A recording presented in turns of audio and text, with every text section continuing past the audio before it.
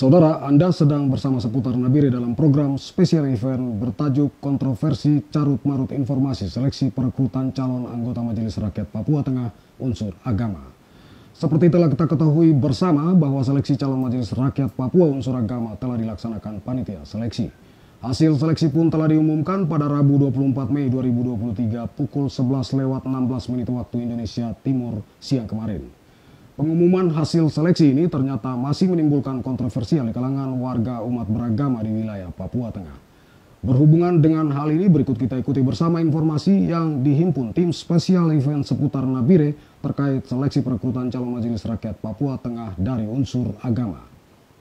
Seleksi ini dilaksanakan berdasarkan Peraturan Gubernur Papua Tengah Nomor 9 Tahun 2023 tentang pembentukan dan jumlah keanggotaan Majelis Rakyat Papua Tengah, serta berdasarkan petunjuk teknis pemilihan MRP Provinsi Papua Tengah Nomor 1 Tahun 2023.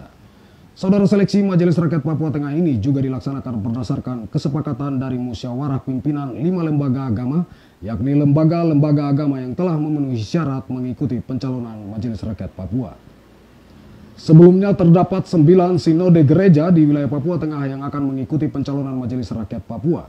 Namun 4 sinode diantaranya belum memenuhi syarat sesuai peraturan gubernur, hingga tak dapat lagi mencalonkan diri sebagai perwakilan anggota Majelis Rakyat Papua Tengah unsur agama. Sementara itu, 5 lembaga agama yang dinyatakan memenuhi syarat adalah Gereja Kemah Injil di Tanah Papua, Gereja Kemah Injil di Indonesia, Gereja Injili di Indonesia, GIDI, Gereja Katolik, dan Gereja Kristen Injili di Tanah Papua, GKI. Kuota kursi bagi masing-masing dari 5 lembaga agama tersebut diperoleh berdasarkan jumlah jiwa umat orang asli Papua yang penyebarannya terdapat di wilayah Papua Tengah, yakni Gereja Kemah Injil di Tanah Papua berada pada urutan 1 dengan kuota kursi terbanyak yaitu 5 kursi dari jumlah jiwa umat yang bersebar pada wilayah Papua Tengah, yakni sebanyak 480.000 jiwa. Sementara kuota kursi terbanyak kedua adalah Gereja Kemah Injil di Indonesia dengan jumlah 3 kursi berdasarkan jumlah jiwa umat di wilayah Papua Tengah, yakni sebanyak 301.000 jiwa. Urutan ketiga adalah Gereja Injili di Indonesia, GIDI, dengan jumlah umat 180.000 jiwa dan melahirkan jumlah kuota 2 kursi.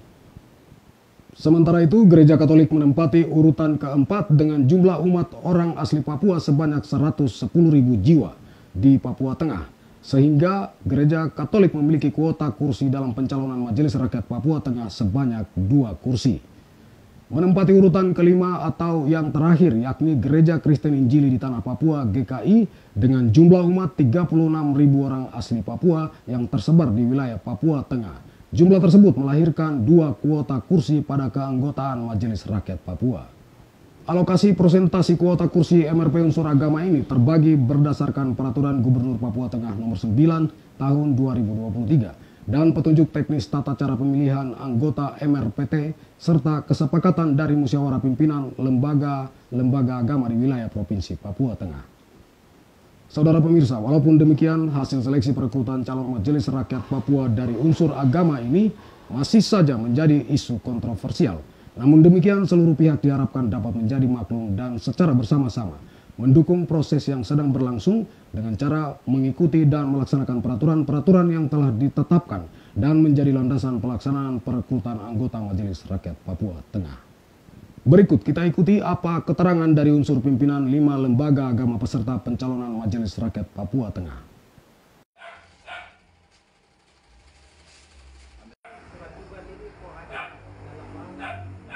Tambah lagi. Iya.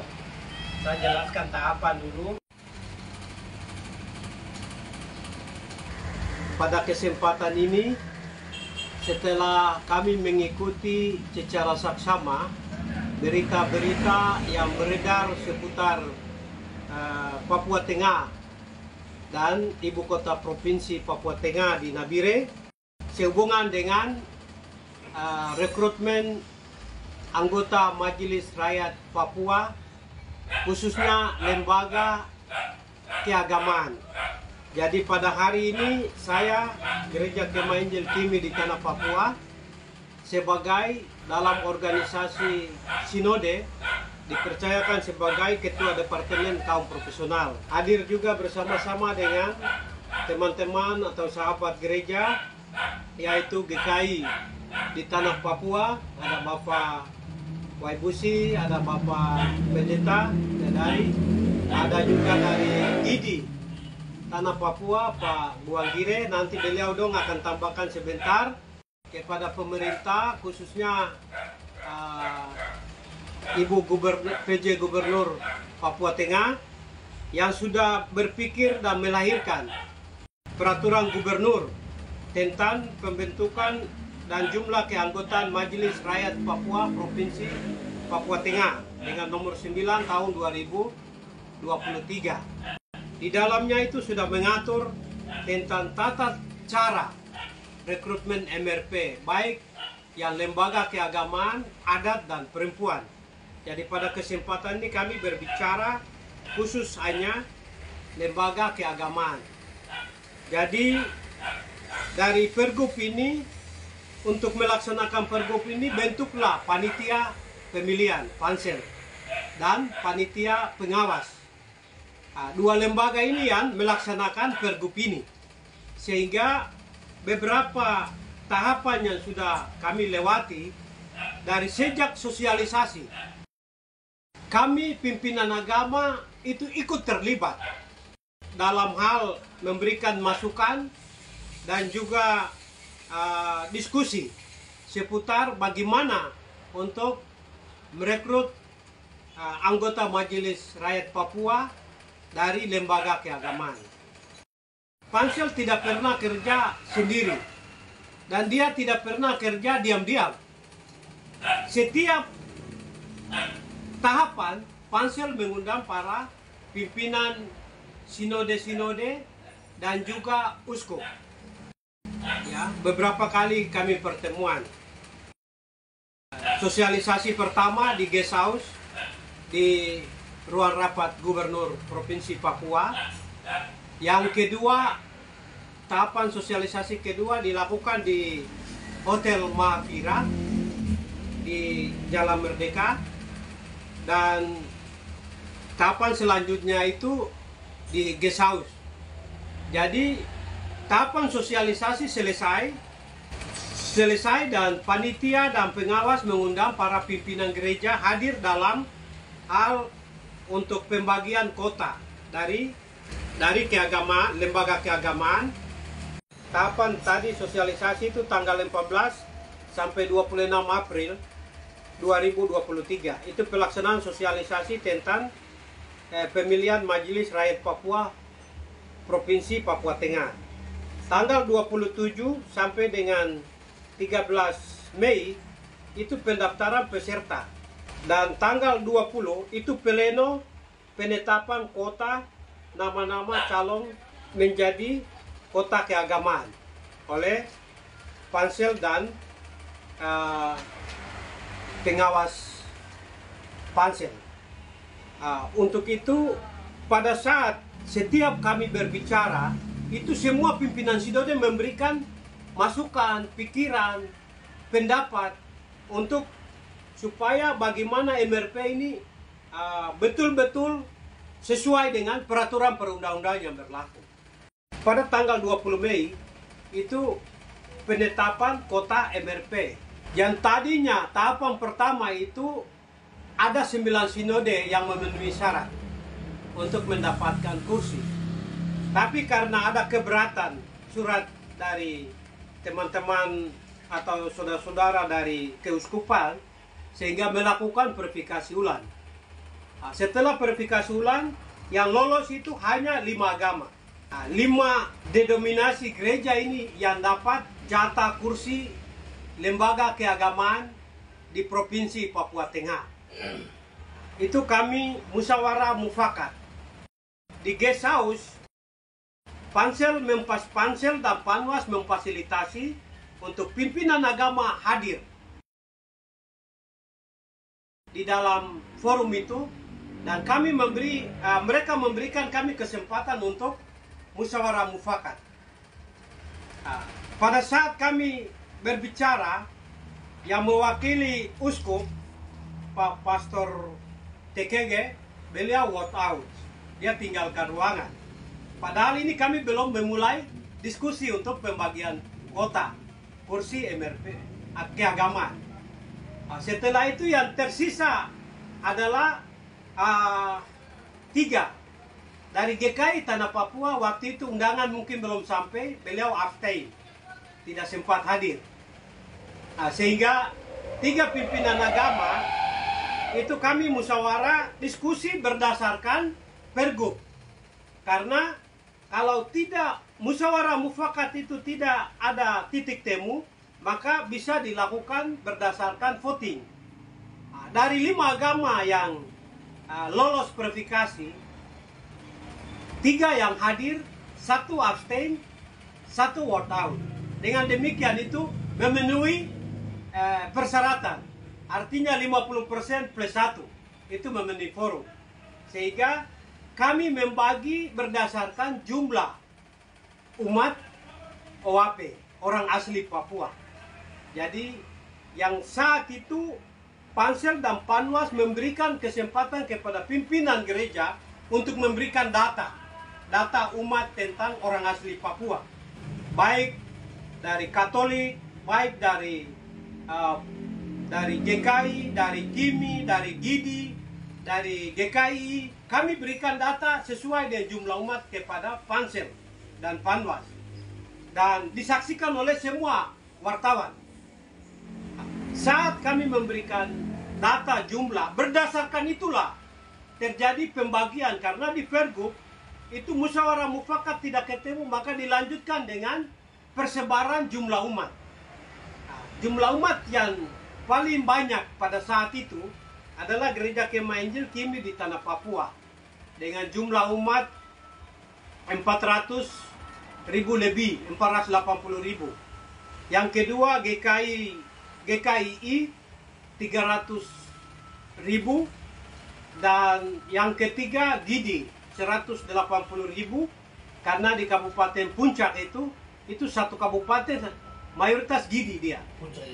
Puncak Jaya. Dan berikut itu GKI di Tanah Papua. Sehingga persentase pembagian itu berdasarkan persebaran populasi umat yang ada di wilayah Provinsi Papua Tengah. Katolik memberikan data dengan jumlah 110.000. Dengan demikian, kalkulasi dari itu kami putuskan, waktu itu disaksikan oleh Pansel, bahwa Gereja Kimi dapat 5 kursi, Gereja GKI dapat 3 kursi, Gereja Katolik dapat 2 kursi, Gereja Gereja Kristen Injili GKI di Tanah Papua dapat 2 kursi, Gereja GIDI dapat 2 kursi.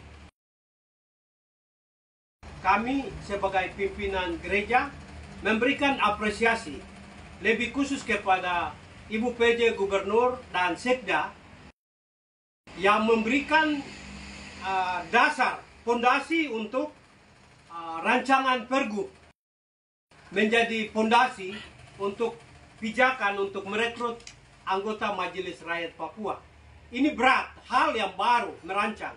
Hal yang sudah ada baru lanjut itu enak, siapapun bisa. Tapi kalau membuat sesuatu rancangan baru itu berat, pertimbangannya banyak. Dari sisi hukum, sisi adat, lingkungan, semua diperhitungkan. Sehingga pada kesempatan ini kami menyampaikan terima kasih. Jadi teman-teman khususnya dari kaum intelektual dari Katolik yang melakukan jumpa pers kemarin, sebenarnya kami tidak mau bicara seperti ini. Tapi karena teman-teman Katolik sudah jumpa pers dan menyinggung pribadi-pribadi orang, padahal ini lembaga negara. Baik itu Pansel, Panwas, ataupun juga pimpinan gereja, itu lembaga negara. Sehingga kami meluruskan sesuatu komentar atau wawancara beberapa media yang sedang beredar ini. Ada yang sedikit miring-miring, ini yang kami kasih lurus. Yang sebenarnya yang terjadi selama proses pertama sampai hari ini. Baik, terima kasih dari saya. Saya ikuti tahapan-tahapan itu sesuai dengan dasarnya surat tugas dari Sinode Presiden Gidi di pusat. Maka sesuai dengan itu saya ikut sampai selesai kemarin akan ditetapkan tanggal 20. Tanggal 20 itu saya akan ditandatangan. Karena itu saya punya pembicaraan sampai sini dan sekian dan terima kasih. Karena sesuai dengan surat tugas ini dari Presiden Gidi. Terima kasih. Hal yang pertama, kami mengikuti secara baik sejak awal sosialisasi dan koordinasi di Aula Kantor Gubernur Provinsi Papua Tengah atau Gesaus, dan kemudian dijelaskan untuk pada saat itu lebih banyak diarahkan kepada adat dan perempuan, agama nanti waktu tersendiri. Nah, setelah percakapan selanjutnya dan dalam perkembangan, panitia seleksi dan panitia pengawas, menurut penilaian kami mereka sudah bekerja secara maksimal, profesional, akuntabel, dan penuh dengan keterbukaan. Artinya bahwa tahapan-tahapan yang ada seperti tadi sudah dijelaskan oleh Pak Tubai itu dijalani dengan baik. Jadi tidak ada suatu keputusan yang dari panitia seleksi yang diam-diam, lalu ambil sana, ambil sini. Dan dari gereja, ini semua jalan berdasarkan yang masuk nanti ke dalam dan kemudian ditetapkan itu berdasarkan rekomendasi dari pimpinan-pimpinan gereja, pimpinan sinode, uskupan. Jadi bagi kami semua sudah jalan secara terbuka dan masyarakat sudah tahu. Sebab itu kita hormati dan kita dukung hasil kerja mulai dari Ibu PJ Gubernur dan Pak Sekda yang berusaha keras untuk melahirkan Majelis Rakyat Papua, kemudian pembentukan panitia seleksi, panitia pengawas sampai dalam tahapan-tahapan dan pengambilan keputusan dengan menetapkan calon-calon tetap. Jadi bagi kami tidak bicara banyak, tapi yang kami mengajak itu bahwa tanah Papua secara keseluruhan dan juga khusus di Papua Tengah membangun manusia orang asli Papua ini, lembaga keagamaan yang ada ini semua punya andil di sana. Tidak ada satu lembaga keagamaan yang punya andil sendiri. Semua punya andil untuk membangun manusia orang-orang asli Papua yang ada khusus di Papua Tengah. Dan kita tetap hargai dan hormati berdasarkan hasil keputusan, verifikasi dan penetapan akhir untuk 5 lembaga keagamaan, dan kita hormati dan kita dukung itu. Mari kita jalan untuk masyarakat orang asli Papua, tapi juga tidak menutup kemungkinan bahwa semua orang yang ada di atas tanah Papua ini juga akan ikut mengalami, mungkin merasakan, menikmati hasil kerja dari MRP ini ke depan. Jadi kita hormati itu dan kita bekerja untuk tanah ini. Kita tidak pikir untuk diri sendiri. Saya pikir demikian. Terima kasih. Terima kasih. Kemarin sudah ada pengumuman penetapan di Kesbangpol Provinsi Papua Tengah sehubungan dengan saudara-saudara dari lembaga keagamaan yang sudah lolos persyaratan.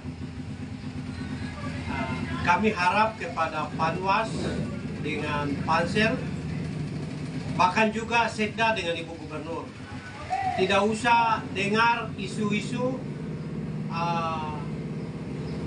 komentar-komentar yang menghalangi proses yang sudah berjalan sesuai peraturan perundang-undangan yang berlaku. Kami minta Pansel harus berpacu dengan tahapan jadwal yang sudah ditetapkan. Ya, setelah pengumuman, koordinasi dengan Gubernur dan proses selanjutnya adalah proses SK di Menteri Dalam Negeri. Tahapan ini tidak boleh terlambat.